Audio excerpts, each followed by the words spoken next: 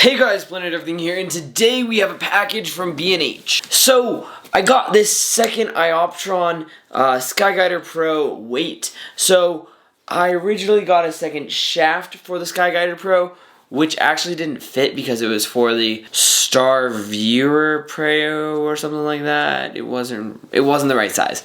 And I went to like a bunch of went to a bunch of hardware stores and stuff to see if they could figure out a way to combine the two in a way that would make it so, okay.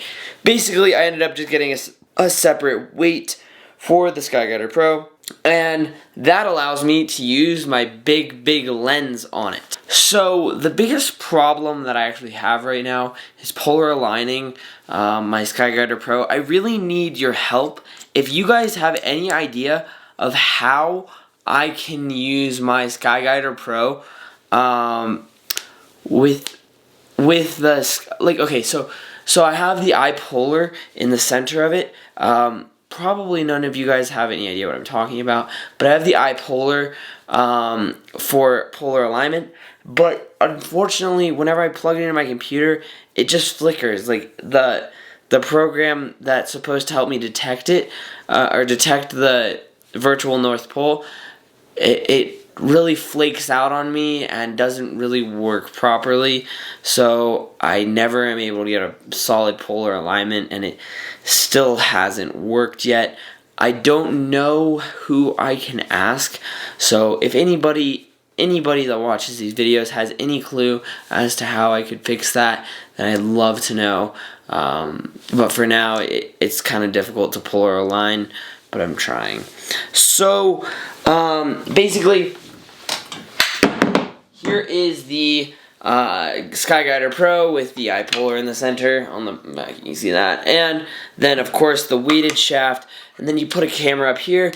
And the purpose of these weights is to relieve stress on the motor. So, I'm just going to unscrew this a little bit. So, you want to have both of these weights as low as possible in order to increase the amount of weight that they have, or that they can affect this rig by, because when you have it like this, right, you have like a really heavy lens on the top. Jesus, it's actually really difficult to hold properly. It normally is able to just like spin around, and then whenever you set it still, like this, it'll just be able to stay there once it's properly balanced, in which you can do that by just like moving these weights around and shifting things around, and it'll eventually work. So if any of you all have any idea how to fix that iPolar, I'd love to hear your suggestions in the comments. If not, that's okay. I'll figure it out somehow. But yeah, that's pretty much of this video. If you liked it, please give me a thumbs up. Don't forget to subscribe, and also please share with your friends, because, you know, sharing is caring.